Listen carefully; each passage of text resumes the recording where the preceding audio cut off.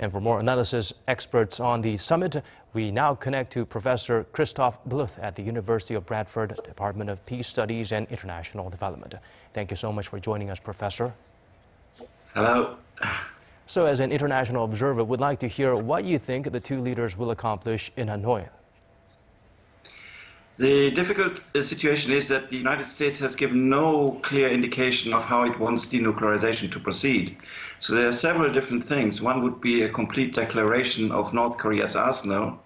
The other thing would be to some concrete steps to curtail the missile program and the nuclear warhead program. What the United States is probably aiming at now is some small steps to begin capping further development of the nuclear program. And of course, the fact that there is no nuclear testing is a big step already in that direction. But nevertheless, it's really unclear right now what kind of concrete steps they envisage. Now, the two leaders are about to meet in person 8 months after their first summit. What do you think they can talk about when they meet face to face tonight for dinner? They will probably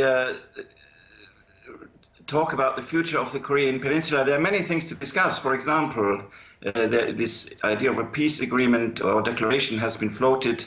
The possibility of an American representative finally being in Pyongyang.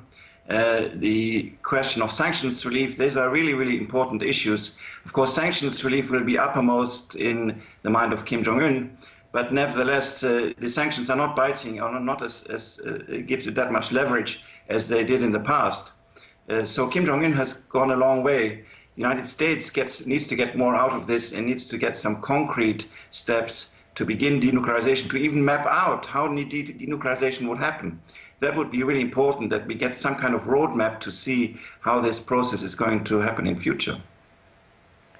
Right. Kim Jong-un will be the second North Korean leader to go to Vietnam after his grandfather, Kim Il-sung, back in 1958 and 1964. So how is Kim Jong-un's visit similar and different from his grandfather's? And what messages do you think he wants to deliver to the world and his people? The difference, of course, is in this case that his grandfather visited another fellow communist country during the Cold War period. So there was great solidarity between Vietnam and North Korea at the time. There's still some level of solidarity, of course, between them. The Vietnamese would like North Korea to adopt some of their economic models and changes. It's not clear to me that this is interesting for Kim Jong-un because power is much more centralized in North Korea. But nevertheless, for Kim Jong-un, it's an important step because he is interacting with the international world. He's on the stage as a great statesman, and he is visiting a fellow communist country. So it's an important moment for Kim Jong-un. Well, thank you so much for your insights, Professor Bluth. We appreciate it.